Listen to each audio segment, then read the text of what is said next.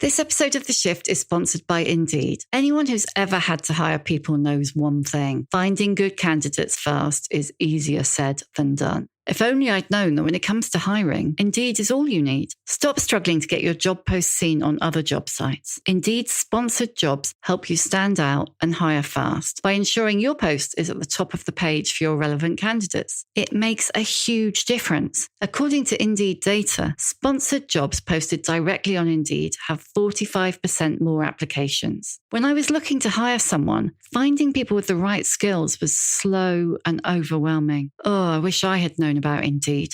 Plus, there are no monthly subscriptions, no long-term contracts, and you only pay for results. But how fast is Indeed really? Well, in the minute we've been talking, 23 hires were made on Indeed, according to Indeed data worldwide. So don't wait any longer. Speed up your hiring right now with Indeed. And listeners of The Shift will get £100 sponsored job credit to get your jobs more visibility at indeed.com/theshift. Just go to indeed.com/theshift right now and please support us by saying you heard about Indeed on this podcast. Indeed.com/theshift. Terms and conditions apply. Hiring? Indeed is all you need.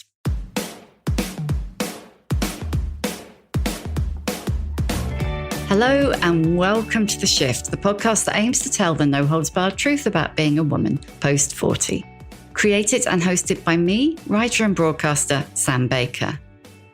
So what happens when the life you find yourself living in midlife doesn't tick all the supposed boxes? That's the situation today's guest found herself in. Glynnis MacNicol was 46, a woman of a so-called certain age, who found herself living life without a roadmap when, in the middle of 2021, after almost 18 months spent alone in lockdown, she picked herself up and packed herself off to Paris for a month of living, loving, and pleasure. To quote, Sheryl Sandberg, I leaned into the decadence, and I just thought, let's just see how far I can take this. And as anyone who's had periods of deprivation knows that, once you pop the cork or break the seal on that, there's no limit. I'm mostly here to enjoy myself is the story of that month. A month spent in search of friendship, food, community, contact, and sex. Plenty of sex. While she was at it, Glynnis discovered that far from being, as she puts it, past cultural appeal and expectation, everything she'd been told about living life as a middle-aged woman, single or not, was a lie.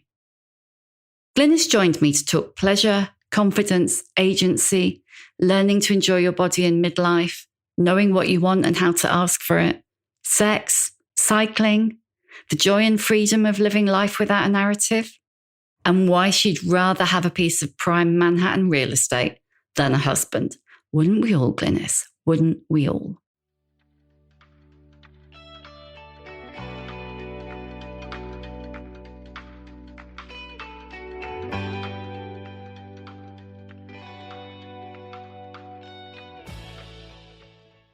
Were you surprised by the scale of the kind of, well, I suppose, would it be a sleeper hit, the success of I'm only here to enjoy myself? I don't, it's hard. It's very hard to gauge success when you're in the middle of it, because to launch a book, as I'm sure many others have spoken with you about, is such a strange, difficult experience, particularly in the media environment we live in now, where it's such a fractured environment. So it's not, 10 years ago, you could do one morning show and get a really, a sense of success. And now it's much more piecemeal. So the cover, but which I love the cover, we got it's a Boucher painting that's in the book that I had seen in the Louvre, had a fairly consistent, healthy response on Instagram in the months leading up to the book launch. And then I had a sense, I've worked in media for a long time as a freelance writer.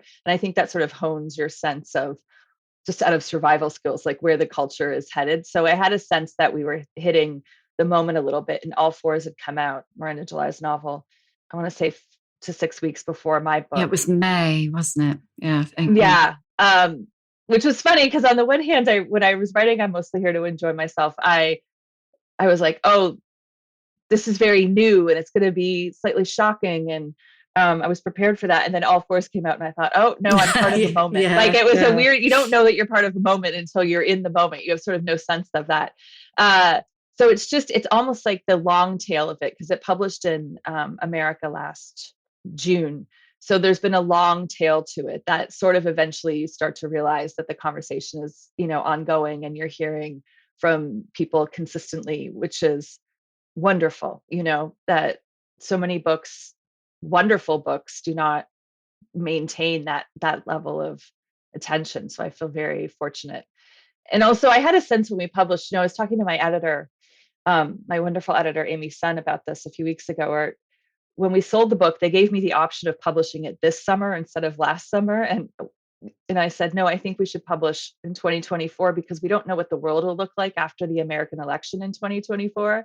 And I felt strongly that I knew what the world would look like, at least some sense of it. And in that sense, I was right. We really, I think people, but we're very much craving something smart, but something, as the title suggests, very enjoyable. And, this sense of pleasure and slight decadence, and that's carried through. But in the 12 months since, I think we've moved into a much more anxious era for a good reason. So it's a different, it's living in a much different world now. Yeah, I was thinking when I was listening to it again, that one of the things that really interested me about it is, we talk gradually, the conversations. So the Shift podcast started 2020. So 5 years ago, the book was published September into lockdown, genius idea.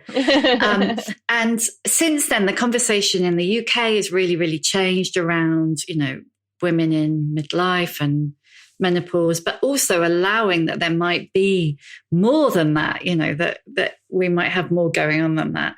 And then it felt like America was maybe a little bit behind. But we're not still. I feel like your book is the only one that's kind of talked about pleasure. I'm happy to hear that resonated. Because definitely when I got back from that summer, I returned and we sold the book. And even through last year when I was promoting it in the States, I really wanted to emphasize to people, because of course so much of the early coverage was about the sex. And then the first round of readers were like, there's not nearly as much sex in here as I was led to believe.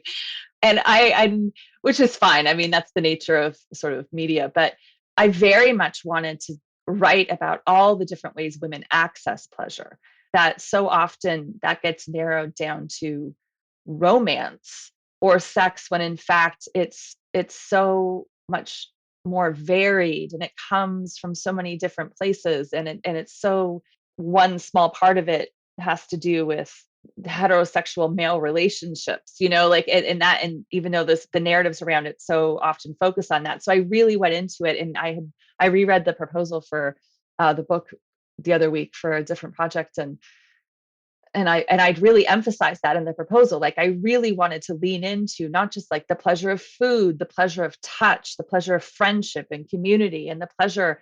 I joked early on that this was a love letter to my bike, because I bike everywhere. And I really wanted to emphasize just the pleasure of agency and movement, that women's ability to go where they want, when they want, on the scale of history was so recent and so radical. And now I think, sadly, I was right in some elements of under attack to some degree. And so I really wanted to lean into all of that, and then also say, everything sexual is still available to us whenever we want it. This idea that somehow we become invisible or grateful is the complete opposite of my experience. A lot of my writing, I will say, is focused on the narratives we've been fed about how it's going to go, and then the reality of how I experience it, and this enormous divide between the two of them. Yeah, so much. And so much of the conversations that I have on here and the things that I write about, it's exactly the same. It's like we're fed this narrative that it's all about the happy ever after, and the happy ever after has to be marriage and babies and a house and tick, tick, tick, and, all those boxes. And yet increasingly, and for me, the focus has been very much about, this age and what we're told to expect versus the reality of what being this age is like. But, increasingly, women are standing up and going, do you know what? No, actually. But one of the things that really struck me was the other women basically saying to you, oh, it's okay this time you've still got time to find a man. I mean, I never fault women for saying those things when 99% of the narratives we are given around how our lives are supposed to go, and that the few things that women are celebrated for accomplishing are tied to partnership or children, then it's very hard, even if you want to celebrate women for other things. It's the heavy lifting of creating different rituals and believing in your own experience more than you believe in the collective experience that is reported back to you. And so when women say things like that to me, I mean, when I was in my late 30s turning 40 and people would say that to me more frequently, I think it was a real struggle for me to not feel like I was, protesting too much, and I'd say, no, actually, I'm fine. I'm enjoying myself, whatever it may be. These days, I sort of take on a much more sympathetic view that I think as you age, hopefully, I've certainly come to the realization that most people are talking about themselves when they have opinions about your life, that they're really, and that I think there's something unnerving about a person who's enjoying themselves outside when you've adhered to a strict narrative of how it's supposed to be. When you see someone succeeding outside of that narrative, it can throw into question your own decision making in ways that I think can be very scary and uncomfortable, and that I'm sympathetic to. And so when people, respond to me like that, I sort of try to respond back with, are you okay? Not necessarily in those words, but I take it as a much more as a sign of perhaps they are struggling in their own life with what's going on. And it has very little to do with me. I think most of the time it has very little to do with you as a person and very much to do with the person who's speaking to you. But I also think, like, where are we supposed to, there's so few stories. I mean, my book is one of them. There's a proliferation recently, divorce narratives, older women, younger men narratives that we're sort of seeing come out. But in the grand scope of things, it's still a drop in an ocean. And so and we're already seeing the response to that in the sort of, at least in America, in the trad wife movement, and this sort of return to a much more conservative idea of femininity. And so I just think, I don't doubt that this is where you go, because the language barely exists for anything else. Yeah, I mean, somebody, I can't remember who it was now, annoyingly, but somebody who came on the podcast was saying to me, well, of course the witch hunts, if you think about what was happening when the witch hunts happened, you had Queen Elizabeth I, you had all these powerful women in positions of some degree of control across Europe. Yes. Of course, there were witch hunts. Yeah, because it was the only way to fight back. And it feels like it's not too extreme to say we're seeing a groundswell of that. No, it's no, yeah. And where you guys go, the rest of us do tend to follow. Like I know, yes, damn you, the States, yeah. It's scary. It's scary times. I think the last chapter of the book, I mean, it's very hard to give a spoiler alert in this book. It's not sort of the book that lends itself to that. But one of the reasons I wrote the book, I came back from that and was so aware of how rare things my life and the life of women around me who lead similar lives, how rare that was on the scale of history, and what a privilege it is, and not necessarily in the way that word's been used in recent years, but what a privilege it is to be able to make your own decisions, and that the person I am landed in a moment in time where I was able to decide where I wanted to go, and I was able to decide what I wanted to do, and that I can decide who I want to sleep with, and there's no social punishment for that. This idea that still, I think, attaches itself to women alone. I mean, we've saw it last year in the States with the childless cat lady conversation, is one of sort of pity and isolation. And I really wanted to reframe it because it is so rare. Like this is so recent. I just turned 50 last September, and I just think within my lifetime represents the only time in history women were born with full rights under the law. and may end my life with fewer rights than I started. But in 1910, I don't know if the dates align with the UK, but in the States, women were allowed to get credit cards and bank accounts in their own name for the very first time in 1974 with the passing of the Credit Card Act. I might have that name slightly wrong. And then also, obviously, Roe v. Wade in 73. And so between those two things, right around the time I was born, women had full agency over their bodies in theory and full agency over their finances in theory. And the life I catalog and report on in this book is very much an expression of the power of those two things and what that looks like. And we're seeing very quickly how fragile that is, and how easy, how terrifying it is to power structures, how easily it's being dismantled, how violently it's being dismantled. Yeah, it's really shocking to watch how easy it is. And I remember, I remember the first time I read The Handmaid's Tale, which was, decades ago. And the whole thing about being able to control women by simply removing their ability to access credit online. When they shut every woman, I think, between the book. I mean, I'm Canadian and I in Toronto in the 80s. So I don't know even if I read The Handmaid's Tale as a kid. It was just so it was everywhere as a kid. It was just everywhere. But I remember rereading it after the 2016 election. And I feel like between that and the television show, every woman I know responded to that exact thing, which is the flip of the switch and you lose access to your bank account. And that so many women, myself included, were opening different kinds of bank accounts outside of the country just to ensure that you would have access to something. It's terrifying. And it seemed like, back then it just seemed like fantasy, science fiction, exactly. And now it feels possible. It feels imminent. Yes. I would say it feels, in the last, the thing I would say, just the way this conversation inevitably goes is the book. When I wrote the book, it was like, oh, you're writing a book about being on holiday and having lots of sex and eating lots of cheese. And I would say, you forgot the wine and the wine and the ocean and the bike riding. And I would say that's inherently political. There's no way that this book, in the best of times, is not an enormously political book, just by nature of discussing a woman doing what she wants.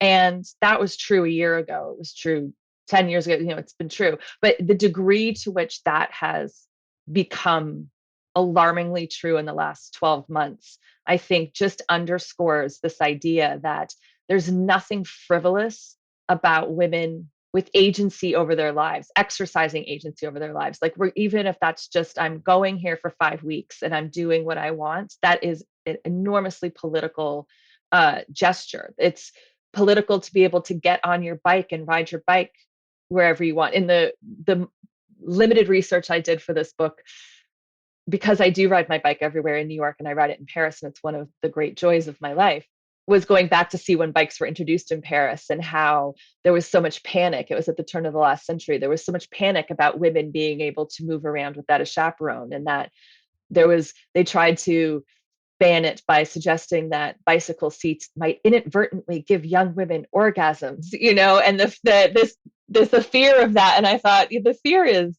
I think I say this in the book somewhere, the true fear that is the freedom that the most pleasure women can experience is freedom, not orgasm. Orgasms are great, but like the thing that the real pornography is women being able to go where they want and do what they want. And that is that's the element of the book that I think increasingly becomes political. But yes, so I got off track there, but I do think that most of these conversations almost immediately turn to politics. The epigraph at the beginning of the book is from The Handmaid's Tale, and it's taken from, people who only watch the series wouldn't know this, but you probably remember the epilogue to the book takes us into the future to an academic conference where it turns out they're just debating whether this journal or this entry of the handmaid could actually be true.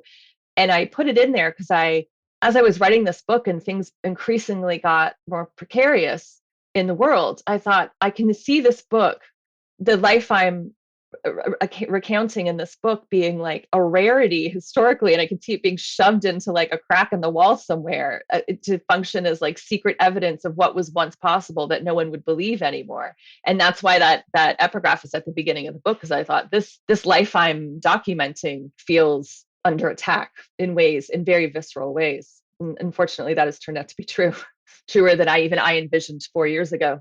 Truer than we could have even imagined a year ago, I think. The speed and, like you say, the ferocity of it. So it was 2021. You were in your mid 40s. What was going on in your life that made you go, do you know what? I'm just going to get on a plane and then a bike. I'm going to take myself to Paris for a month and I'm just going to do whatever the hell I want to do. So I don't know. I don't know. Lockdown varied in different places. I live in New York. I live in Manhattan. And our lockdown was immediate in March. I want to say like March 13th, I think, thereabouts, was immediate and strict. The city emptied out. My apartment building, which was is a large apartment building. I think I was like one of three people who stayed. Like it really was an exodus. And then I stayed by myself. And of course, I saw friends on screens as we were speaking, or at a distance. But it was a long haul. It was like a year and a half of really solitary living. And I sort of joke, although it's not, there's a lot of truth to it, which is that I think during COVID and those lockdowns, we all got the most extreme version of our life decisions. So my decision to live by myself, which I love, I got the most extreme version of that. And friends of mine who were partnered and had children were suddenly like, I did not sign up to be this married. I did not sign up to spend this, they were drowning in the opposite of what I was experiencing. And just the like never any solitary time and the constant, caring for other people. And I mean, a lot of divorces emerged out of that time too, but like a really extreme version of our choices. So by the end of that year and a half, vaccines rolled in late spring of 2021 in New York. And that summer and COVID started sort of rolling out of the city. And there was a sense of like, oh, relief, we can get out. And I had spent summers in Paris previously, beginning in 2016, because I had a very fortunate accommodation set up there with a friend who was American and wanted to come home for a month. And instead of Airbnb, I could take over their apartment for a month for very little money. And I had a whole friendship group there I hadn't seen. And I'd been in, I love New York. Again, I love New York, but I'd been in this tiny apartment for so many months, like untouched. I was starting to feel a little crazed. And so on a whim, I said at the apartment, the person I switched apartments with, we were like, in May, we were like, okay, let's just do it. We'll just hope for the best. I'll buy a plane ticket. At that point, I think sometimes it's maybe hard to remember now, but like everything could change in 5 days. So we were making these plans 2 months in advance. And I said, I'm just going to buy the ticket for August. You buy your ticket. We'll keep our fingers crossed. But we're so accustomed now to plans not working out that if it doesn't work out, there'll be no surprise there. And it did work out. And just as I was going to board the plane, the beginning of August, the Delta variant started rolling in. And I had this moment of, well, I might get stuck. I might not be able to get back. Like it was sort of precarious. And I just thought, I cannot be alone in New York. I'm willing to take the risk to feel alive again and to feel in community and to see people and to just be in a different place. And so I got on the plane and left with, I'm sure I say this somewhere in the book, but I think the narrative around women traveling alone still, I think this has changed maybe a little more than slightly, but like this sense of everything's going to go bad and prepare for the worst. And, are you sure that this is a risk you want to take? And from the second I stepped out of my apartment, even just getting to JFK, which I know is similar to people who live in many urban centers, but getting from Manhattan to JFK is usually just like a hour and a half trial of traffic and awfulness. Like I zoomed to JFK in 25 minutes. The plane took off. Everything went right. And I just thought from the get-go, from the second I stepped out my front door, everything went right. And at first I thought, oh, it's just a matter of time before this good luck changes. But after 2 weeks, I thought, I'm just going to ride it. I'm just going to ride it for as long as it goes and enjoy it for as long as it lasts. And so when I landed in Paris, I think I had no plans. I had not thought ahead. I did not go there with this sense of I'm going to have 5 weeks of total abandon. I really landed thinking I'm going to see people and I'm just going to like lean into this good fortune. And by the beginning of the second week, of course, time is so different when you have lived like that for a second period. I was like, oh, this is the pleasure that I'm going to experience is not going to be limited to groups like dinners with friends or cheese. Like it started, to quote, Sheryl Sandberg, I leaned into the decadence, and I just thought, let's just see how far I can take this. And I think as anyone who's had periods of deprivation knows that, like, once you pop the cork or break the seal on that, there's no limit. Like, we can just keep going and going and going. And I did all the way to getting on the plane to come home. And I remember going to get the COVID test. We had to all test before we flew. And all my friends and I assumed that probably I was going to test positive based on my behavior. And then I didn't. And I just thought, this is just, at some point the good fortune will turn and you'll deal with that when it happens. And like, it was a good lesson in this sense of happy ending. Like there's a solution. It just was like this wave of good fortune, just go as long as it goes. And when it turns, know that when it turns, that's also not permanent. So yeah, it was more like that. It was sort of a set of dominoes that kept, and along with it, some wonderful realizations. Like, because I was in my mid 40s, when COVID started, I was 5, I think. This sense of being in middle age, and prior to COVID, I'd had, my mother had been sick for quite some time. I write about it in my first book, No One Tells You This. And so I'd been sort of a caretaker for a while. It's funny now that I'm like 45 seems awfully young to me now, but that's always the case, I think, as we age, right? But this sense of like middle age and the narrative around middle age and visibility, and then I really was invisible for that year and a half during COVID. So coming out of that and landing in Paris, as it always is, like a pleasurable experience. But I think that it accelerated the realization that, oh, middle age is not invisibility, and oh, you are very visible and you are very much in control, and the world is very available to you. And once I figured that out, I was like, oh, I want more of this too. Had you figured that out before? Where, or was this something that did it come with age? I think it came with age. I think it was the timing of lockdown aligning with those early to mid 40s, where it was hard for me to separate whether the isolation I was experiencing was due to circumstance or due to age, because you're so guaranteed that you will experience invisibility, right? Like you will become invisible. The cabs won't stop for you. The waiters won't serve you. The men won't see you. You have no more power. And so that aligned with a period of time where that was literally true, just because of the nature of lockdown. And so coming out of that, I think had COVID not happened, I would have discovered that all on my own, probably over a longer period of time. But because I was frantic, and because of COVID, it was sort of this condensed period of time where over the course of 5 weeks, I went from, I don't know, am I even a person in the world anymore, to like, oh, I'm a star. I'm just like the main, as the kids say, like the main character energy.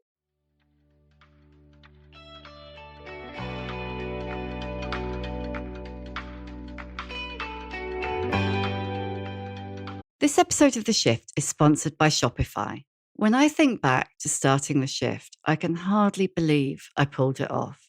I mean, I knew nothing, and I had to figure it all out on my own. Scripts, scheduling, branding. When you're starting something new, it can seem like every time you tick something off your to-do list, 2 more things magically appear in their place. So finding a tool that simplifies the whole process can be a real game changer. For millions of businesses, that tool is Shopify. Shopify is the commerce platform behind millions of businesses around the world, from household names like Heinz to Allbirds and Skims. Get started with your own design studio. With hundreds of ready-to-use templates, Shopify will help you build an online store to match your brand style. Accelerate your content creation. Shopify is packed with helpful tools to write product descriptions, headlines, and enhance product photography. Get the word out like you actually have a marketing team to create email and social media campaigns wherever your customers are scrolling. And best yet, Shopify is your commerce expert with world-class expertise in everything from inventory to international shipping to processing returns, you name it. If you're ready to sell, you're ready for Shopify. Turn your big business idea into with Shopify on your side. Sign up for your £1 a month trial at shopify.co.uk/shift. Go to shopify.co.uk/shift.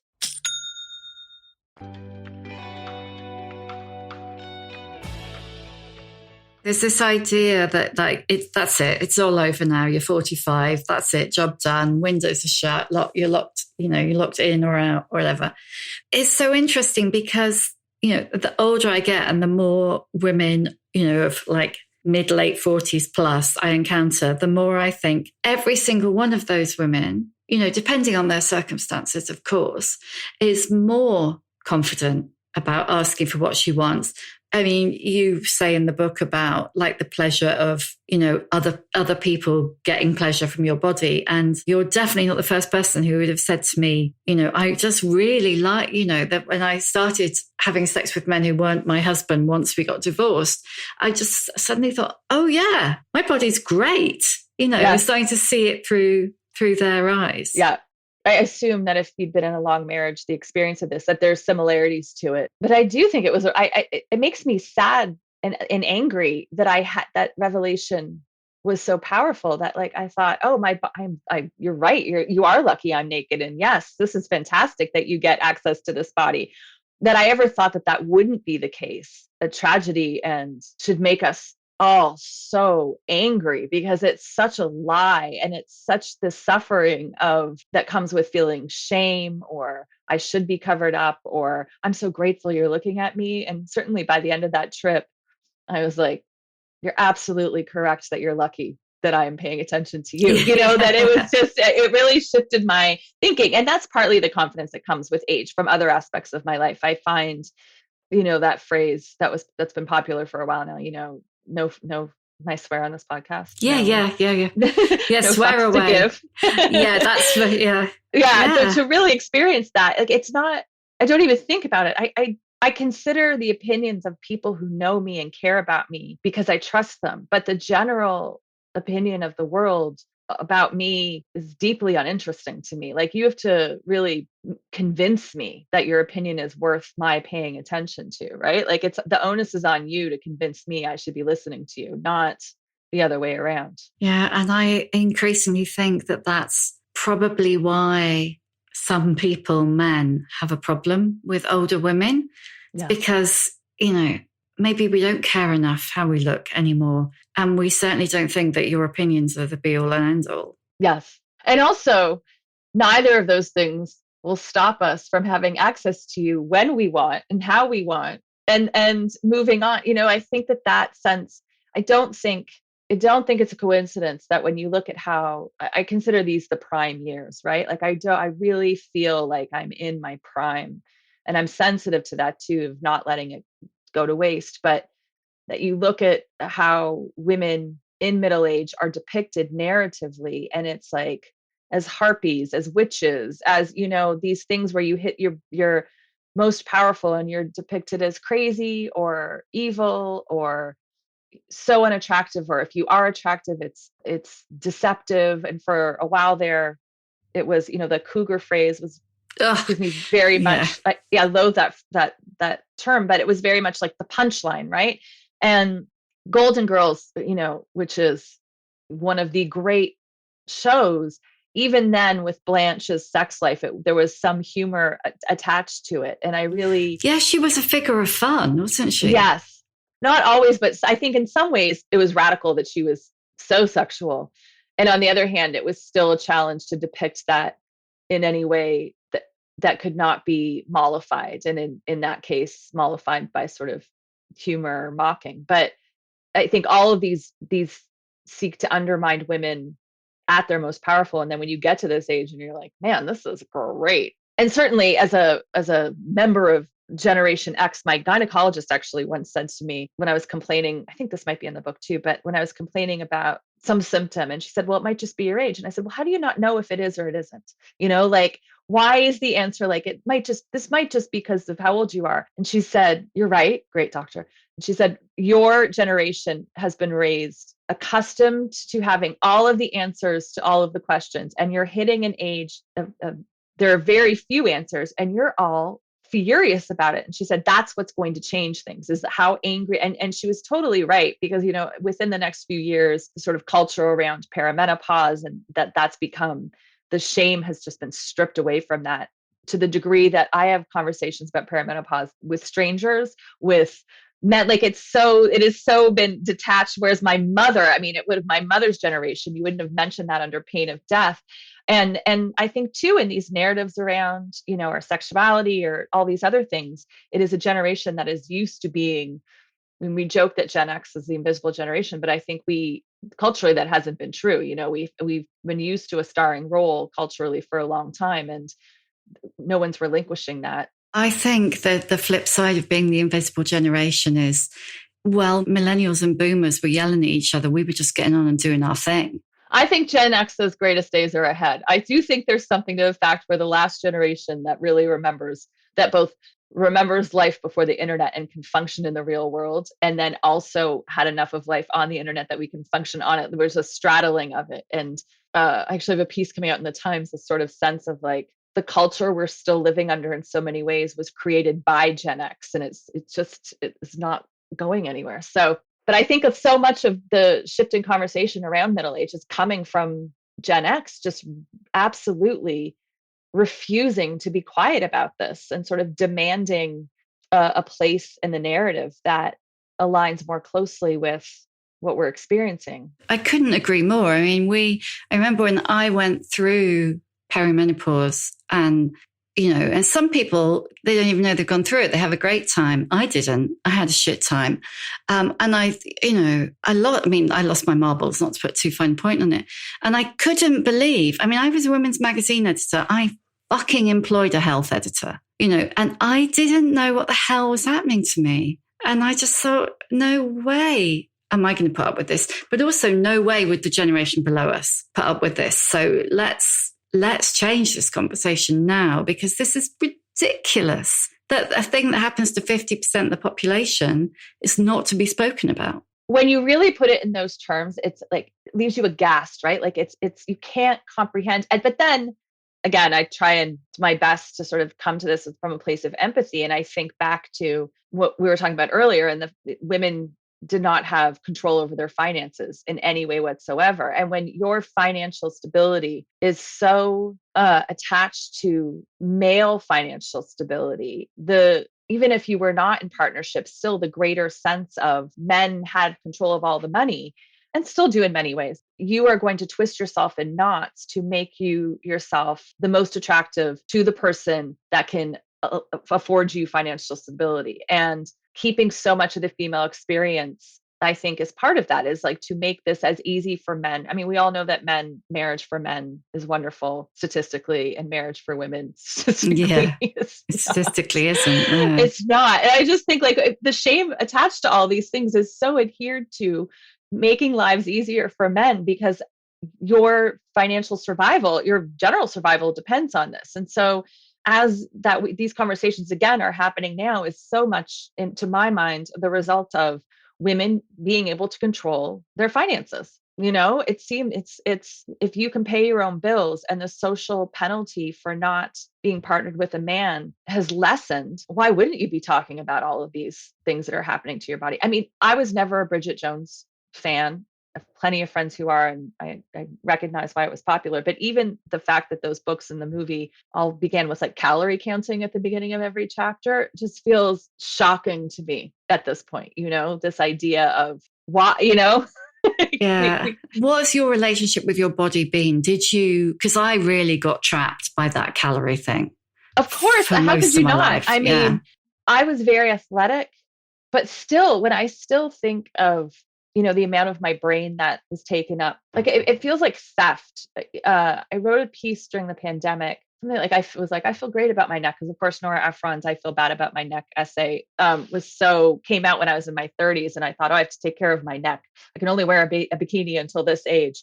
And I really, during COVID, I was so craving my friendships and community and good times. I was looking back at old pictures and thinking, my God, why did you ever look at this photo and think that you were not beautiful? And more than just looking back at youthful photos of yourself, it was more like the older I get, the distance between enjoying a photo of myself, it shrinks. So now I can almost look at a photo immediately after it's taken and think, this is great. Even if it's not perfect, it's great. And so I think there's no way that any of us were not held hostage by that thinking.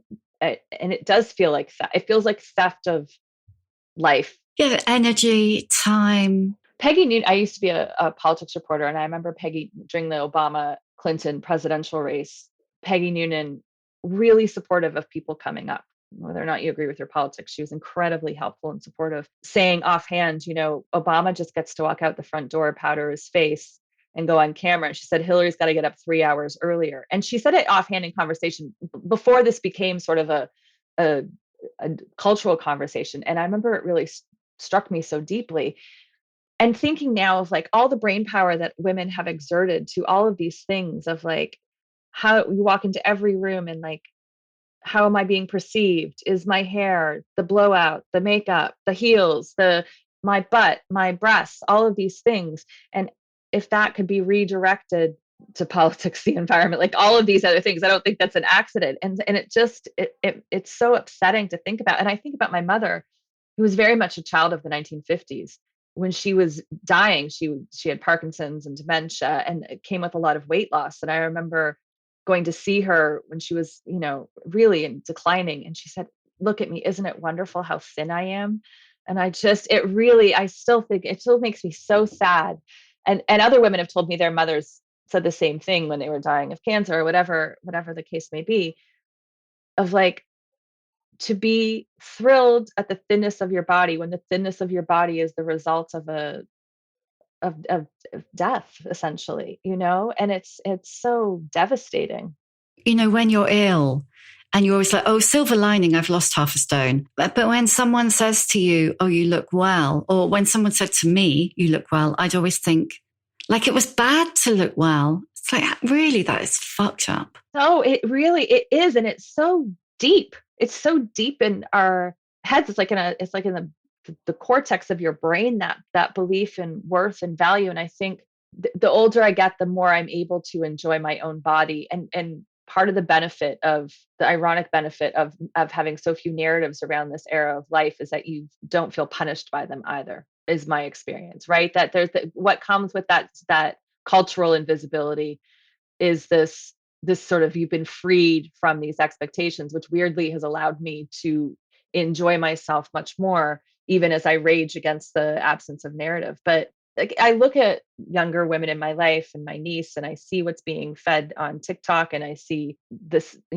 trad wife movement. And then there's this new thing like the princess behavior, where it's the Times just did a piece about it, but on TikTok, you're encouraged to walk into a restaurant and not engage with anyone except your male partner, and allow them to order for you and not make eye contact. And it's just, you see this absolute trying to make attractive these conservative, then like small c conservative values that are so upsetting, and alarming. And it just is like past his prologue. So I think the thing is with all these things that we feel punished by is that the narratives that we were fed about them were so attractive, right? That you were chosen, the beautiful dress, the celebration, like they don't exist in any other part of your life. Like, oh, a rom-com, all of these things. Yeah. And there is no other, still, really, there's not another story.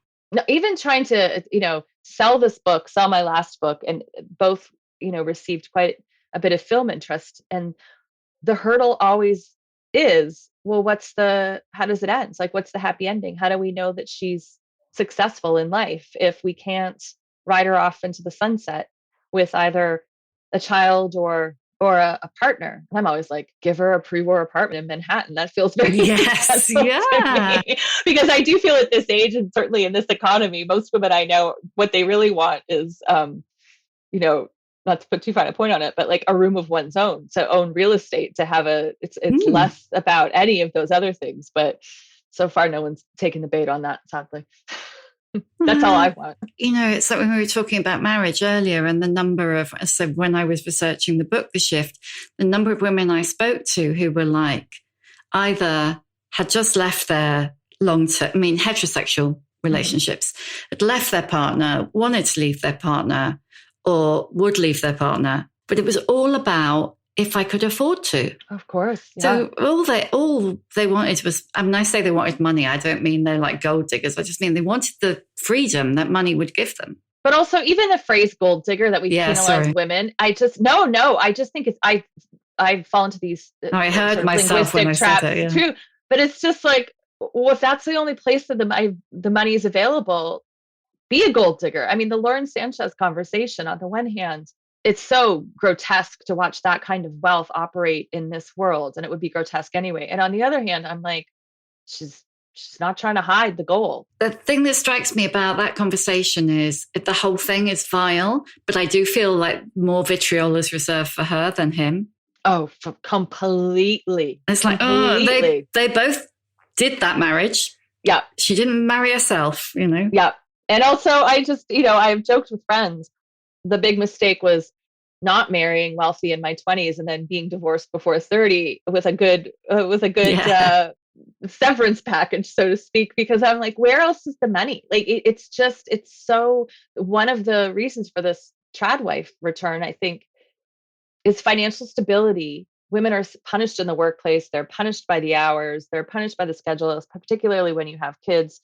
That if you're not in partnership, financial stability is very hard to come by. And I always emphasize that in America, healthcare is the cornerstone to this, because we don't have socialized medicine, and so many people who get access their healthcare through partnership, through one spouse working, and when you don't, so it's just, I recognize the exhaustion, because it is, even though legally, although that's less and less the case, you have access to all this, the reality of accessing it is still such a relentless slog that at some point it's like, oh, why don't I just get married and go live in this 4-bedroom house and take care of the laundry and drive the kids? Like, that seems like a less exhausting route to go. And I see why.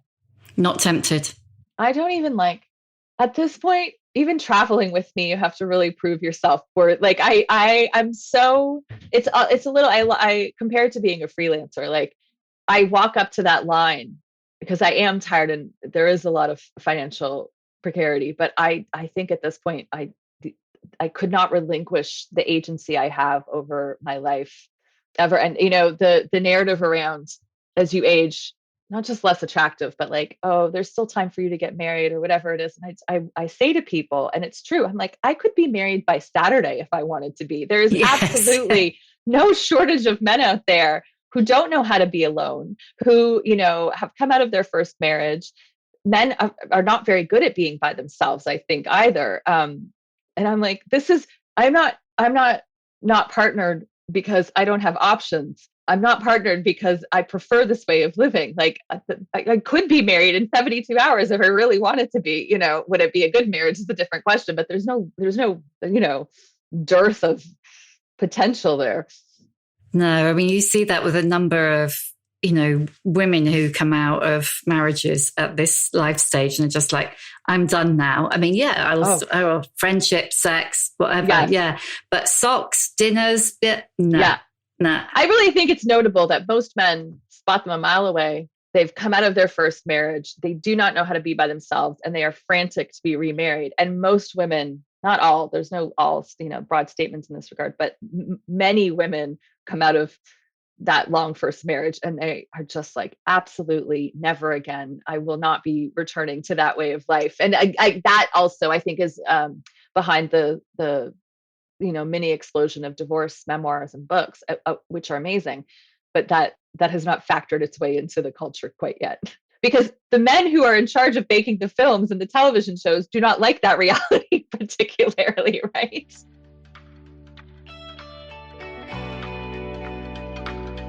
This episode is brought to you by Greenlight. Get this. Adults with financial literacy skills have 82% more wealth than those who don't. From swimming lessons to piano classes, us parents invest in so many things to enrich our kids' lives. But are we investing in their future financial success? With Greenlight, you can teach your kids financial literacy skills like earning, saving, and investing. And this investment costs less than that after-school treat. Start prioritizing their financial education and future today with a risk-free trial at greenlight.com/Spotify. Greenlight.com/Spotify.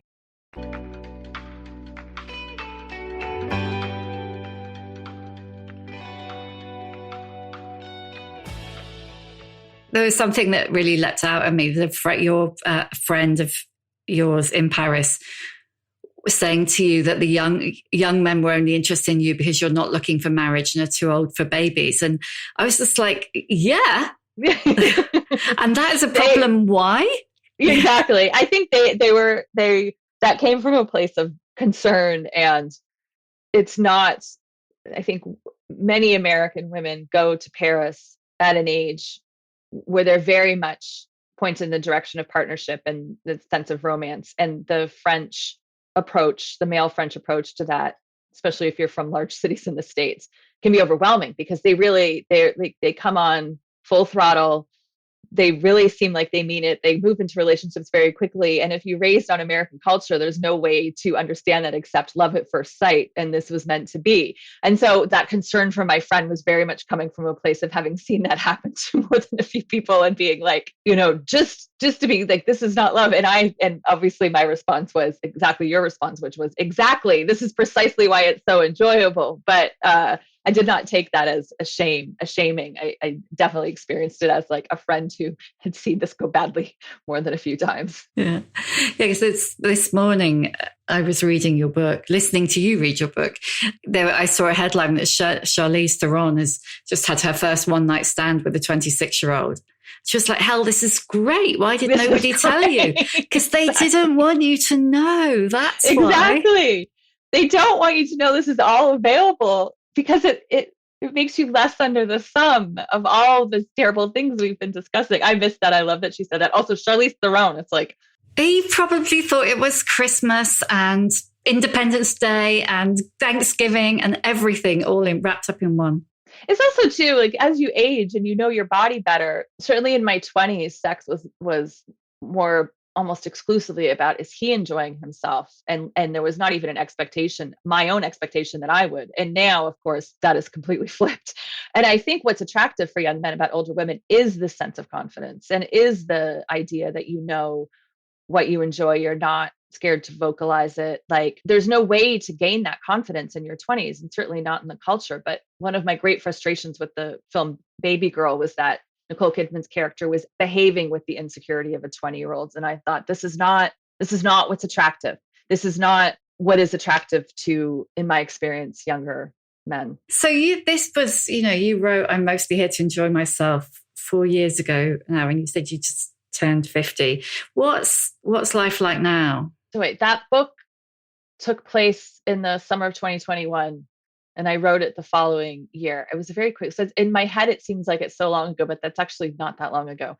What is life like at 50? I went into turning 50 feeling incredibly empowered because I knew the anxiety I felt over turning 40 was understandable, but misplaced. And I just thought, you know what? I'm just going to assume everything I've been told about everything is a lie. And I'm just going to proceed feeling great, which I have.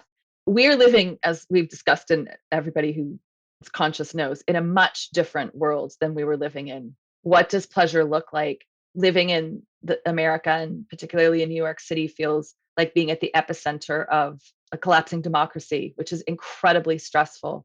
I'm sure, stressful for everyone, but I think what was never conveyed to me in histories or stories I've read about cultures experience similar is like the Chinese water drip torture method of having this happen sort of constantly. And so I think that my priorities have shifted, that I'm aware that this enjoyment is available to me when I want it. But oftentimes I find my focus right now is on finances, or my focus right now is on politics. And it's just a different focus. It's just, I was saying to somebody at an interview the other day, I was talking to a financial expert friend for a newsletter I write about how to think of finances as a single person, and how is it possible, and how we should be thinking about retirement, and whether retirement is even a thing. Just saying, like, I was joking with them that, like, the summer I write about in the book, sex and touch were sort of my like number one priority. And they have, over the course of the last year, that has sort of gone down to say number 4 or 5, that to be living in a country with such a raging patriarchy does not make me want to spend excessive amounts of time with men necessarily, particularly American men. There's a lot of rage there.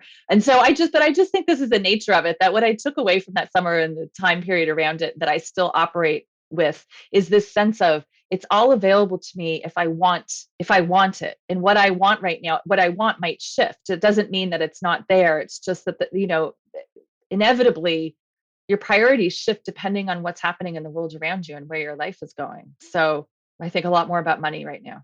Yeah. As we all do. I think, inevitably. Yeah. Where the hell it's coming from. Yeah. So before I ask you the questions I always ask at the end, I'm just going to ask you about the next one, because you are writing another book about enjoyment, aren't you? Yeah. So I have a newsletter called Good Decisions, which is, I could see that people were really, the response to I'm mostly here to enjoy myself from so many women, not married, not partnered was, and with children and without, was it gave them a sense of permission, that this like, oh, you've given me a sense of permission to enjoy myself without feeling like I had to defend it. And that was so consistent across the board that I said to my editor, it feels like there's a fun follow-up here, because I could see people responding to newsletters where I would say things like how to correctly take yourself out to dinner. I've been eating alone my whole life. One of the great joys of living in New York is taking yourself to dinner.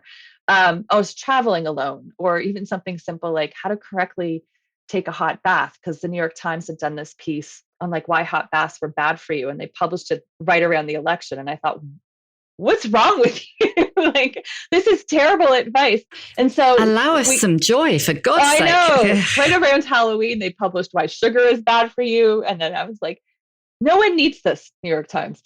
Anyways, I came to my editor and I said, I'm seeing a response around this, and it's definitely in the conversation. And I think there's an opportunity for a fun follow-up book, like a grown woman's guide to enjoying yourself by yourself, that we don't talk about. Clearly there's an audience for this, and clearly women are looking.